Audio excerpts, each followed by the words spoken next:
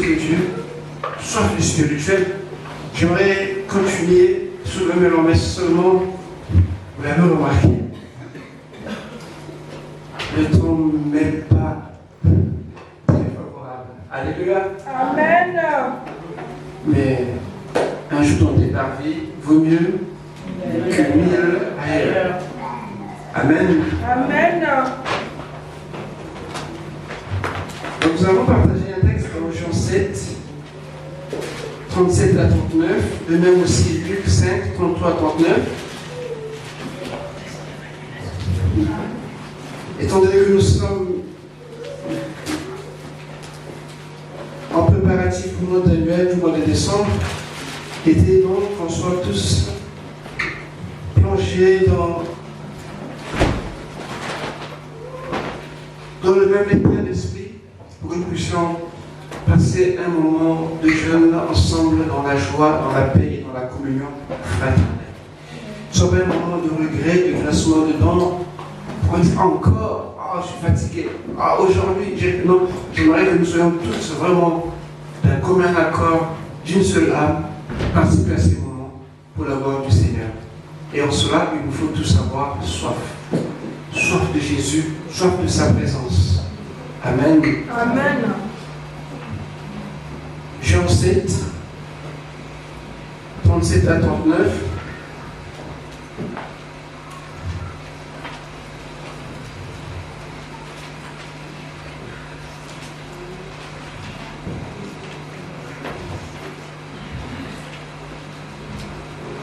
Le dernier jour, le grand jour de la fête, c'est quelle fête? C'est le premier verset, le deuxième verset du chapitre 7, bien sûr. C'était la fête des Juifs, la fête des tabernacles était proche. Durant cette fête, tout Israël dormait dehors dans des huttes pendant 7 jours. Imaginez tout un peuple, toute nation hors de sa maison, dans les tentes. C'était vraiment un moment de communion, un moment de joie. Tous étaient là, que ce soit les sacrificateurs, que ce soit les pharisiens, les sadducéens, les prêtres, du petit au plus grand, de l'esclave à libre, à l'homme libre, tous participaient à cette fête. Et donc le dernier jour, le grand jour de la fête, Jésus se tenant debout s'écria: si quelqu'un a soif, qu'il vienne à moi et qu'il boive. Celui qui croit en moi, des fleuves d'eau vive couleront de son sang, comme dit l'Écriture. Et tout de suite après, Jean nous explique, il dit cela de l'esprit que devaient recevoir ceux qui croiraient en lui, car l'esprit n'était pas encore, parce que Jésus n'avait pas encore été glorifié. Jean nous explique un peu pourquoi. Mais aujourd'hui, Jésus est glorifié. Et aujourd'hui, nous devons boire, nous devons avoir soif. Quel est ton cas ce matin qui aime Jésus? Amen. Alléluia. Je sais que ce jour, c'était le dernier jour, et tout le monde était là, toute la population, tous étaient là, et ils attendaient. En fait, qu'est-ce qu'ils attendaient? Il y avait un rituel. Un prêtre ou un sacrificateur devait aller à la piscine de Siloé, prendre de l'eau, et dans un récipient, et cette eau devait être déversée sur l'autel. Et ensuite, les gens priaient pour qu'il pleuve. Alléluia. Amen. Vous savez que la pluie, c'est l'image de la diffusion du Saint-Esprit. Mais cela, c'était de manière naturelle. Et Jésus est l'eau vivante. Amen. La source d'eau vive. En fait, ce rituel, pour eux, au niveau naturel, ils ne comprenaient pas la signification spirituelle. Et Jésus vient juste au dernier jour, pendant que cela se faisait, l'Esprit va parler au peuple. Pour que tous entendent. Un peu comme maintenant, malgré ce que tu écoutes la voix du Seigneur en Dieu. Si tu as soif, alors tu es le bienvenu ici. Amen. Lorsqu'on a soif, on désire boire. Alléluia. J'ai un texte en mémoire, c'est 1 Pierre 2, le verset 2. Quelqu'un peut me tourner s'il vous plaît? 1 Pierre 2, le verset 2.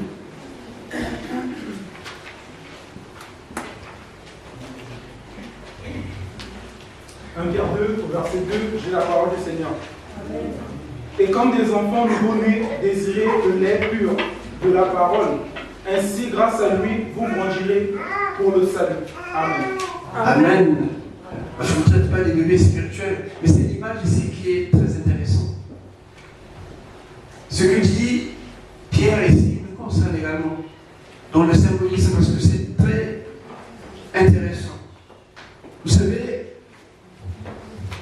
que le bébé, le nourrisson, a un réflexe. Alléluia. C'est lequel? C'est de téter naturellement. Amen. On ne lui apprend pas comment téter. C'est l'instinct. Il cherche le sein de l'enfant et aussitôt, c'est parti. Amen. Amen. Est-ce que vous saisissez l'image? Quand on a soif, Amen, on cherche à boire. Seulement, il faut être à la bonne source. Alléluia. Amen. Et le bébé ne se trompe pas.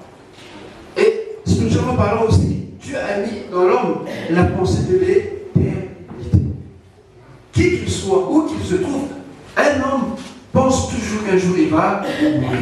Où ira-t-il? Et quand nous prêchons la parole de Dieu, la personne est convaincue, son âme est touchée au niveau de l'émotion. Il dit, mais que va-je faire? Il va se tourner vers Dieu pour être sauvé. Tout comme le nouveau-né qui se tourne vers sa maman ou vers le sein pour qu'il pète.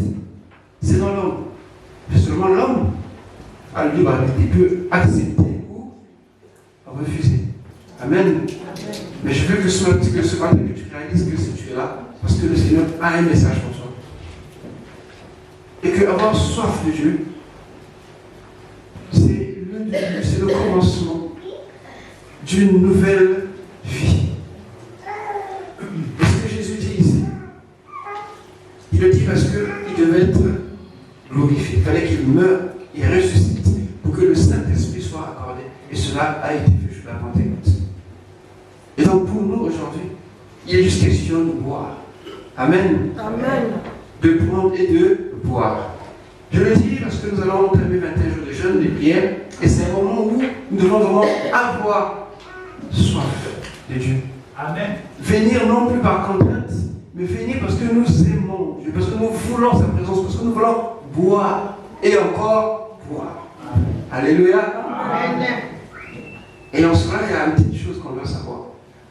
Luc 5, c'est bien Luc 5 qu'on a dit ce matin. 33 à 39.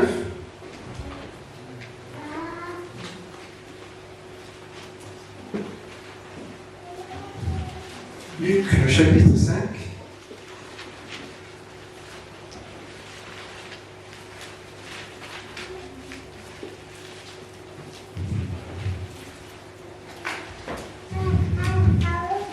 Luc 5, 33, 39. J'ai la parole du Seigneur. Ils lui dirent, pourquoi les disciples de Jean, tout comme ceux des pharisiens, jeûnent-ils fréquemment et font-ils des prières, tandis que les tiens mangent et boivent? Jésus leur répondit, pouvez-vous faire jeûner les invités à la noce pendant que le mari est avec eux? Les jours viendront où le marié leur sera enlevé, alors ils jeûneront durant ces jours-là. Il leur dit aussi une parabole. Personne ne déchire un morceau de tissu d'un habit neuf pour le mettre à un vieil habit. Sinon, il déchire l'habit neuf et le morceau qu'il a pris n'est pas assorti avec le vieux. Et personne ne met du vin nouveau dans de vieilles outres. Sinon, le vin nouveau fait éclater les outres. Et il coule et les outres sont perdues. Amen. Mais il faut mettre le vin nouveau dans les outres neuves. Et les deux se conservent. Et aussitôt avoir bu du vin vieux, personne ne veut du vin nouveau, car ils disent que le vieux est meilleur. Amen. Amen. Allez dire ça à un vieux qui s'y connaît en vin, il dit que non, mais c'est un nouveau vin, il est bon, il dira non. Moi, on préfère le vieux. Alléluia. Amen. Parce que le vieux est bon. Oui, les connaisseurs disent que le vieux est bon. Ils ont peut-être raison. Mais avec Dieu, ce n'est pas le cas. Il dit, je fais toutes choses nouvelles. Dieu est toujours dans le renouvellement des choses. Mais l'homme reste agrippé dans les choses anciennes. Ici, les disciples de Jean viennent dire à Jésus, mais comment se fait que nous jeûnons Mais toi, tes gars, à toi, ne jeûne pas. Pourquoi? Mais je suis venu dans une période de fête. Il est venu annoncer une année de grâce. Comment pouvait-il jeûner? Ce n'était pas possible. Le jeûne a un temps. Amen. Et pendant que Jésus était là, ce n'était pas question qu'il jeûne, ça ne servait pas. C'était un temps de réjouissance. Mais il viendra un jour et un moment. Et c'est comme dans l'église, on ne va pas jeûner du 1er jour au 31 décembre, mais il y aura un temps et un moment où on peut jeûner. Et je bénis le Seigneur pour les bénis qui ont parfois une certaine discipline spirituelle, qui ont des jours ou des mois qu'ils jeûnent. C'est bien. Mais entre nous, si ce jeûne d'un jour, ça peut passer. Mais ça va au-delà d'un jour, s'il vous plaît, prenez le temps de me le dire quand même. Je sais ce que je dis, parce que parfois il y a des ravages. Et dans ce pays, quand ce n'est pas bien, surtout quand c'est l'église, c'est compliqué. Alléluia. Amen. Vous êtes là? Amen.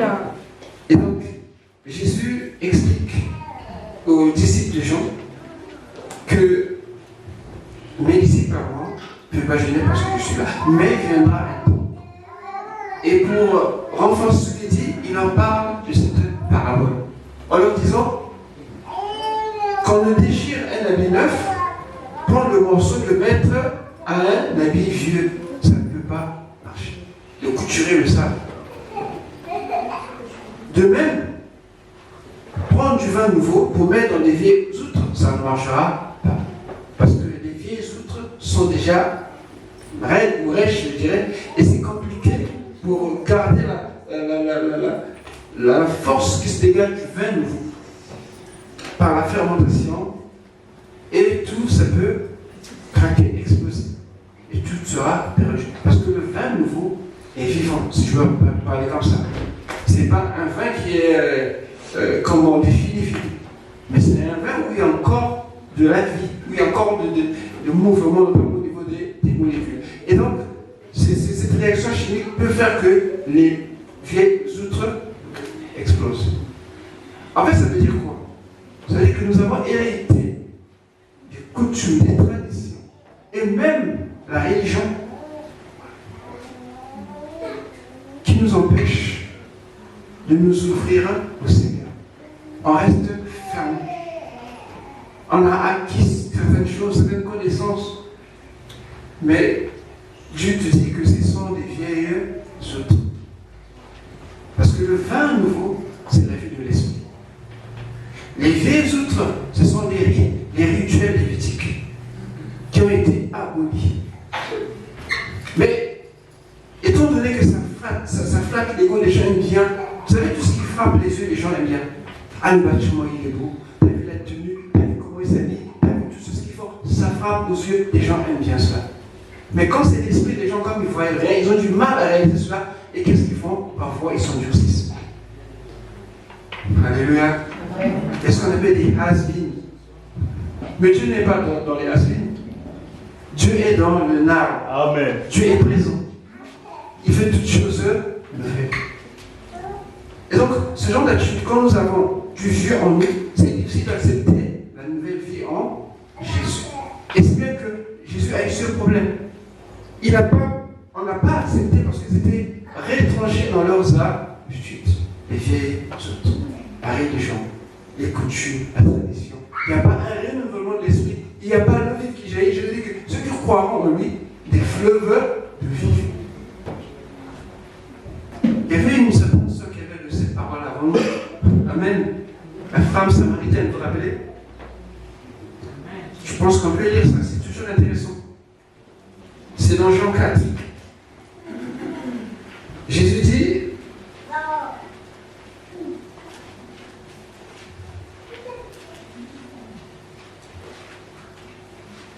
c'est au verset 13. Quiconque boit de cette eau aura encore soif. Mais celui qui boira de l'eau que je lui donnerai n'aurait jamais soif. Amen. Et l'eau que je lui donnerai deviendra en lui une source d'eau qui jaillira jusque dans l'éternité. Ça parle de la vie et par le Saint-Esprit.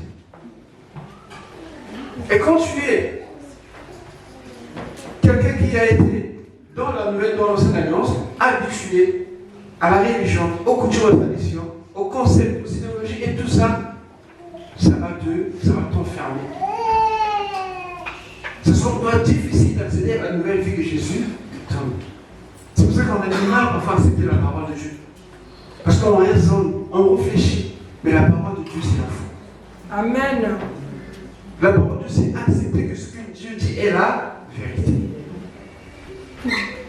Et comme je parlais d'un enfant qui a soif, qui désire une chose, c'est de boire. Et tout homme qui désire boire, qui désire la vie éternelle, il n'y a pas d'autre chemin que Jésus. C'est lui qui donne la vie éternelle. Et il nous dit aussi qu'il faut nous débarrasser des vieilles habitudes. Il ne faut pas les avoir. Ça finira par t'éloigner ton Dieu aussi. Et donc, dans ce Daniel, j'aimerais que tous ensemble nous soyons animés de cette soif. Cette soif de grandir, cette soif d'être dans notre Dieu, cette soif de servir, cette soif et aussi de nous aimer les uns les autres.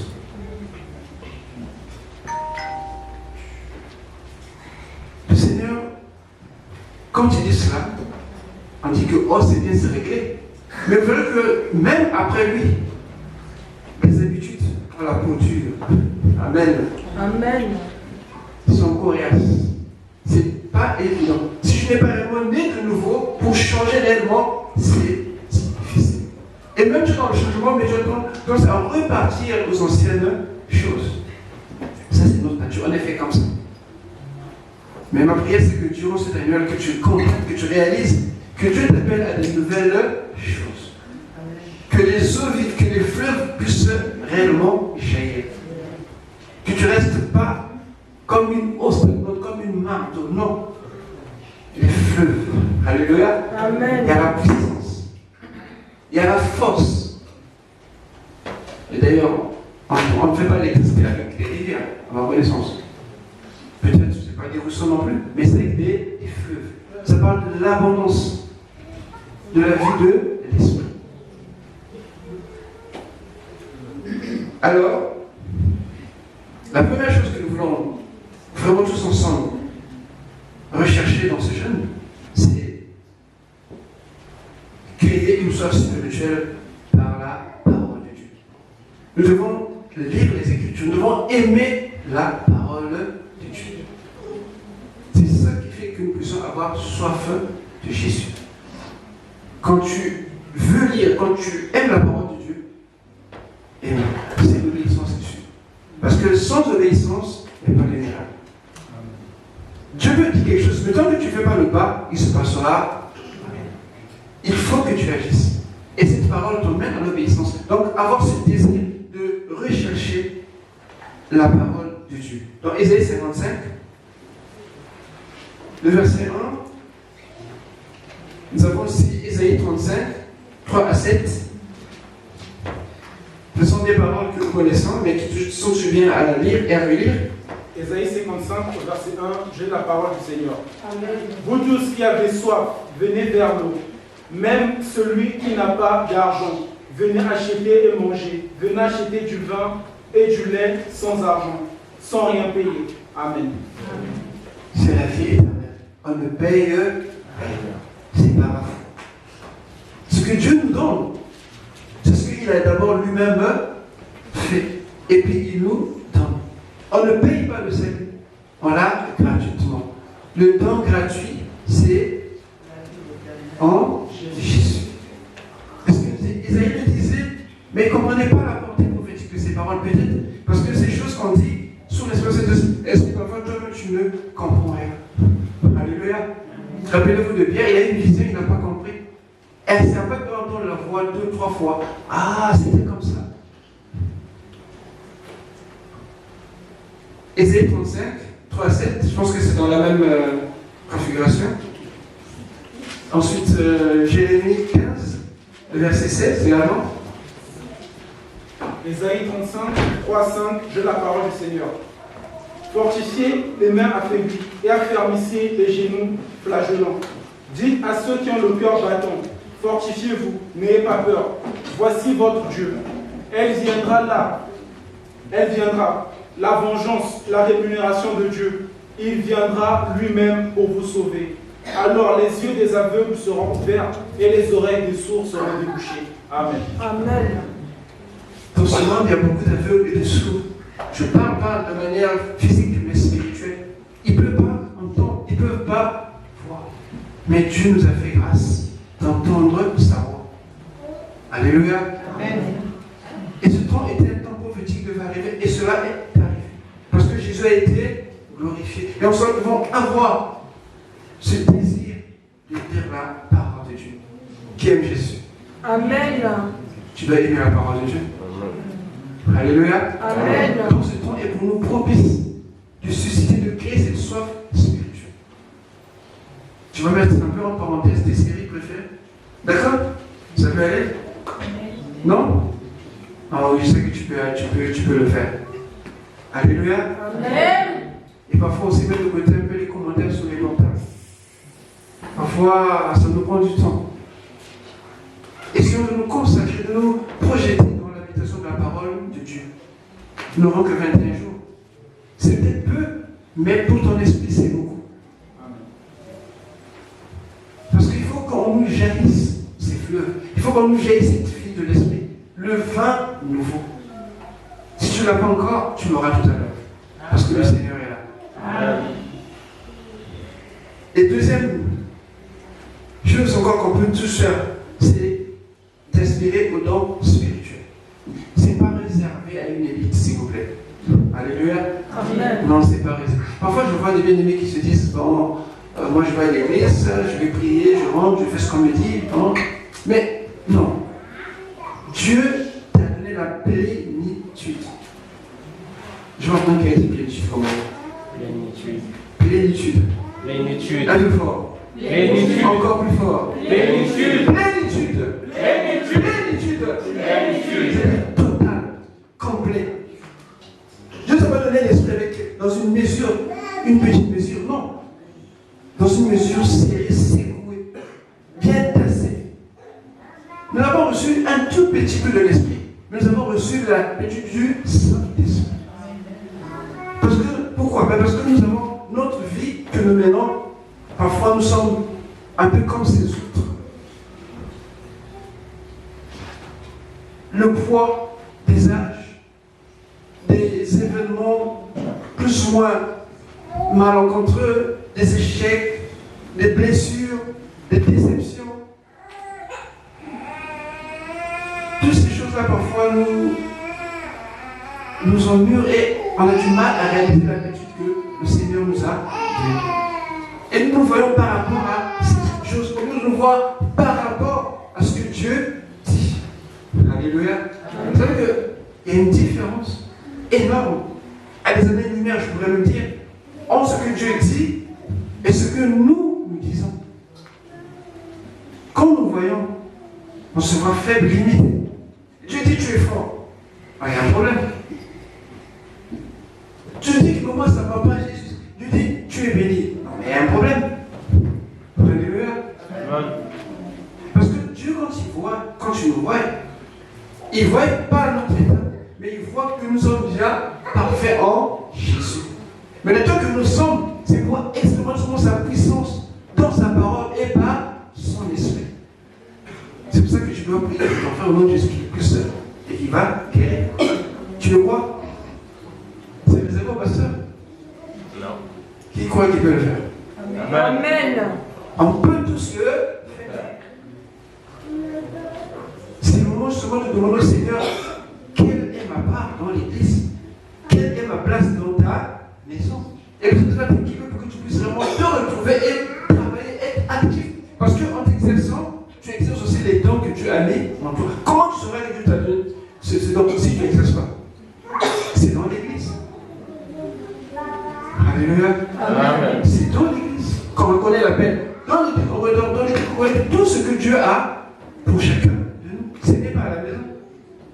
Peut-être des exceptions, comme Dieu est souvent. Mais les dons, c'est pour l'église. L'édification de tous. Alléluia. Amen. 1 Corinthiens 12, 31.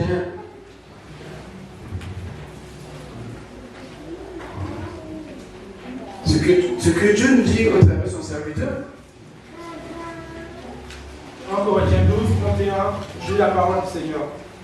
Aspirez aux dons les meilleurs.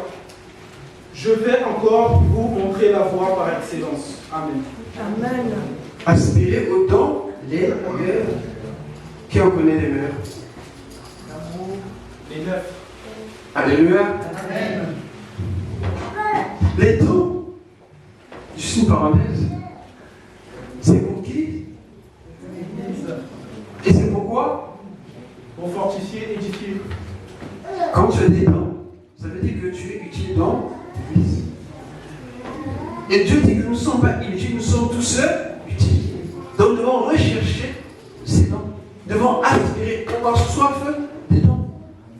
Ne dis pas que non, c'est pas mon affaire. C'est ton affaire, tu es concerné. Alléluia. Amen. Tu es concerné. Dieu ne fait exception de personne. Il ne choisit pas les plus grands, les plus petits, les gros, les moins gros. Non, Dieu donne. Et nous lisons encore dans 1 Corinthiens 14. Ce qu'on a lu tout à l'heure, c'est ça. Rechercher l'amour, aspirer aussi aux dons spirituels, mais surtout à celui de prophétie. Parce que c'est pour l'édification. La prophétie, c'est pour l'Église. Alléluia. Parfois ici, il y a la parole de connaissance, la parole de sagesse, il y a aussi la prophétie. Mais le tout, on nous parle de la parole prophétique parce que ça vient du Saint-Esprit. On doit rechercher l'amour. Ne cherchez pas les problèmes aux sœurs, aux frères. Cherchons l'amour. C'est-à-dire faire du bien à l'autre. Je ne sais pas si quelqu'un pense, depuis cette maison, je vais à l'église, mais je voulais faire plaisir à un tel, bien lui faire ça. Amen. C'est un peu rare, n'est-ce pas? On n'y pense pas souvent. Amen. Chercher l'amour, c'est ça. Ne pas chercher l'amour chez moi. C'est toi qui as l'amour qui va manifester ce amour. Ça veut dire en fait manifester de l'amour. Les uns pour les autres. Amen. Oui, là je vous ai eu, la personne n'est pas. Amen. Pensez-y de temps en temps. Amen. Amen. Je rappelle au départ, quand le Seigneur nous a donné ces lieux, les jours de Sainte-Céleste, on se faisait des petits cadeaux. Avec l'habitude, on a tout laissé. Mais ce n'est pas mauvais de revenir sur ces choses-là. Amen. Parfois, il dit non, aujourd'hui c'est mon jour. Ce dimanche, Sainte-Céleste, je fais tout. Voilà. C'était comme ça. C'est toujours bien. Soyez jamais découragés quand on fait des bonnes choses. Amen. Même si on dit que tu fais, ce n'est pas. Si la motivation est sincère devant le Seigneur, fais-le. Amen. Et le verset 12. De même, vous, puisque vous aspirez aux dons spirituels, que ce soit pour l'édification de l'Église, que vous cherchez à en posséder abondamment. Donc pour le bien de l'Église, tu peux avoir 2, 3, 4, 5, 6. Non. Alléluia. Amen. Attendez, on veut bien devenir un jeune millionnaire, non? Mais pourquoi ne pas être riche dans le Seigneur pour bénir les autres? Amen. Amen. Seigneur. Jésus. Alléluia. Amen. Parce qu'on voit notre vie, on se projette quand je reste ici.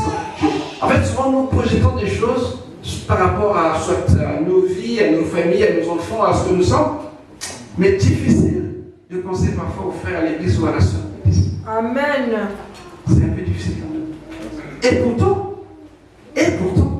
dire à l'autre que Dieu te bénisse, je suis avec toi, je vais t'accompagner, c'est un réconfort et ça fait énormément de bien.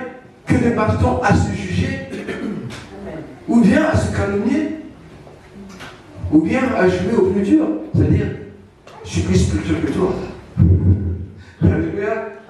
Moi, je suis plus que toi. Non, c'est des puérités. Ça ne sert à rien. Devant Dieu, personne ne prie plus que l'autre. Dieu nous a fait comme ça. Si toi tu fais la prière, bénis Dieu. Amen. Tout ça, c'est selon le bon plaisir du Seigneur. Et donc, nous devons aspirer aux dons. soient utiles les uns les autres. Et le don spirituel, c'est pas chaque fois, ou bien toutefois, prier. Alléluia. Amen. Ah, j'en comprends un peu. Je suis jeune, après la prière, on ne me connaît pas.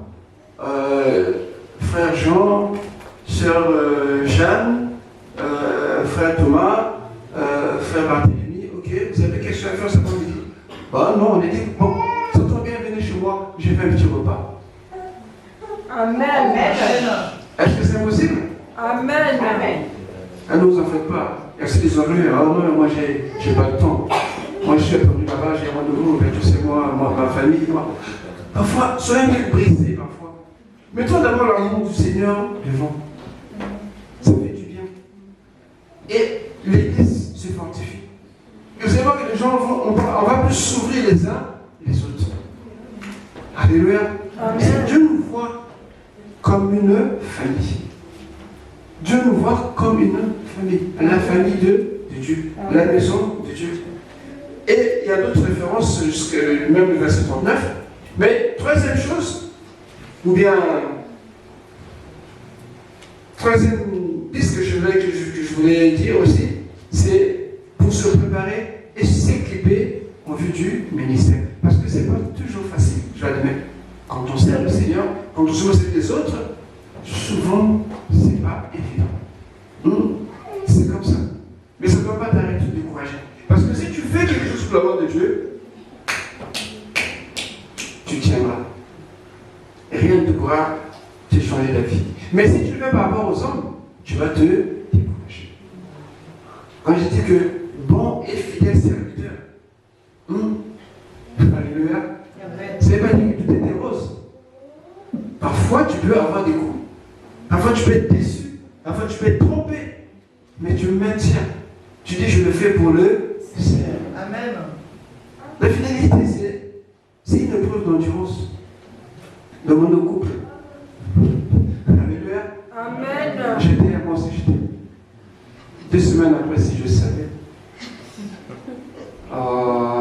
Tu étais comme ça. Je ne savais pas que tu étais comme ça, mais je savais tout tard. C'est fait. Amen. Qu'est-ce que tu vas faire? Tu vas rien changer. Alléluia. Amen. Et à ce moment-là, on sait comment ça se fait par la suite. Mais avec le Seigneur, ce genre d'attitude n'existe pas. Parce qu'il faut que tu vois aussi que l'autre peut être faible comme toi aussi, tu peux être faible. L'autre est fort comme toi, tu peux être aussi fort. Mais c'est ensemble. C'est ensemble. Et donc, nous voyons que dans le ministère, quand nous servons le Seigneur, parfois, ceux qui sont autour de nous, parfois peuvent s'opposer. C'est normal. Mais toi, quand c'est comme une épreuve. Alléluia. Amen. Si tu ne prends comme un adversaire, comme un ennemi, tu as tout faussé. Dans le de Dieu, il n'y a pas d'ennemi. Non. Mais Dieu peut se servir des frères et des sœurs pour t'élever. Ou bien pour te tailler. Ou bien pour te demander. Ou bien pour te donner quelque chose, mais ce n'est pas pour te perdre. Alléluia. Amen. Entre nous, s'il y a quelqu'un qui a beaucoup pleuré pour l'église, je pense que peut-être que je dirais que je fais partie. Mais cela ne m'a pas détruit. Ça doit me fortifier et me renforcer. Alléluia. Amen. J'ai pris l'exemple de Paul dans Acte 13. Paul était en prière du Barnabas et d'autres. Et Dieu va dire, mettez-moi à part. Alléluia. J'aime bien comment on dit. Pour l'œuvre, pour la mission que je vais leur donner. C'est ici que Dieu va donner une mission. Ce n'est pas ailleurs. Même si tu dis partout que tu pries, mais Dieu ne te connaît pas, Dieu ne te voit pas. Ceux-là, il dit qu'il y avait des prophètes, des docteurs, tous étaient là en train de prier. Et Dieu va dire, mettez-moi à part Paul et l'appel vient toujours dans sa présence. Et durant ce moment de jeûne, de prière, c'est le moment où on va chercher justement dans cette soif. Dis Seigneur, où suis-je? Que dois-je faire? Que veux-tu que je fasse? Et on a prié pour Paul, on a prié pour Barnabas. Ils sont jeunes, on a imposé les mains, ils sont partis. Au départ, c'était bien, des conversions, mais juste après, la Bible nous dit qu'on a suscité une opposition contre eux. On a fait un soulèvement contre eux. Le ministère n'est pas toujours facile. Croyez-moi. Le ministère n'est pas toujours facile. Mais par la grâce avec le Saint-Esprit, on arrive. Amen. Ça s'arrête pas là. Ils arrivent dans une ville, Paul est lapidé. Laissé comme mort. En tout cas, ce n'est pas des choses bien à vivre. Et je ne vous le souhaite pas. Mais ça veut seulement dire que parfois, quand tu fais l'œuvre de Dieu, tu peux être sujet à ce genre de choses. Alors, vas-tu abandonner? Dieu dira, toi fidèle, alléluia. Mais il a abandonné parce qu'il savait qui l'a pas appelé et ils avaient pris le temps de prier avant de partir. C'est-à-dire que même quand tu pries, des choses peuvent arriver. Mais reste sous l'objectif. Regarde à Jésus. Amen. Regarde à Jésus. Si tu regardes aux hommes, tu vas être déçu. Tu vas commencer à les juger et tu vas perdre la vision. Paul a sauvé des choses, mais il ne s'est jamais détourné. Parce qu'il savait, il comptait sur le Seigneur. Et il était rempli d'esprit. Parce que le fleuve de vivre coulait en son sein. Il bénissait, il fortifiait. Le ministère, bénémettons l'appel, va grandir quand tu vas commencer à bénir les autres.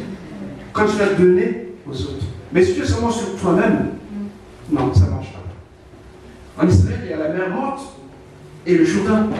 La mer morte reçoit. Alléluia. Elle ne donne pas, elle reçoit, elle reçoit. Mais vous savez quoi? Cette mer-là a un degré de salinité tel qu'un corps flotte. Et quand tu tombes dans le bas, tu n'iras pas au fond, tu vas surnager. Parce qu'il n'y a aucune vie autour. Aucune vie. Mais le Jourdain, par contre, qui coule, il y a plein de poissons. Parce qu'en amont, il y a la mer de Québec. En fait, c'est la vie de l'esprit. Quand tu reçois, ça doit couler. Et quand ça ne coule pas, c'est mort. Et je dis que ceux qui croient en moi, les eaux vives jailliront ensemble. Le Saint-Esprit veut agir, il veut agir, il veut agir, il veut agir. Mais toi, tu es comme une vieille outre, resserrée, complètement sèche. Tu es là, mais la vie en toi ne peut pas se manifester. Le formalisme, la religion, l'éducation aussi, l'attitude, je sais pas, le comportement, la mentalité de ce monde, tellement que nous rentrons, tellement qu'elle est enfouie en nous, qu'on a du mal. Mais il nous faut enlever cela.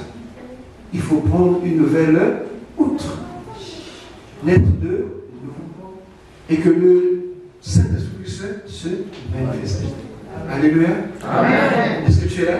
Amen. Que le Seigneur te bénisse. Amen. Et je voudrais donc prier pour tous ceux qui n'ont pas encore reçu Jésus. Si dans ton cœur, tu désires maintenant l'inviter dans ta vie. Et je bénis le Seigneur parce que tu n'as pas résisté à sa voix.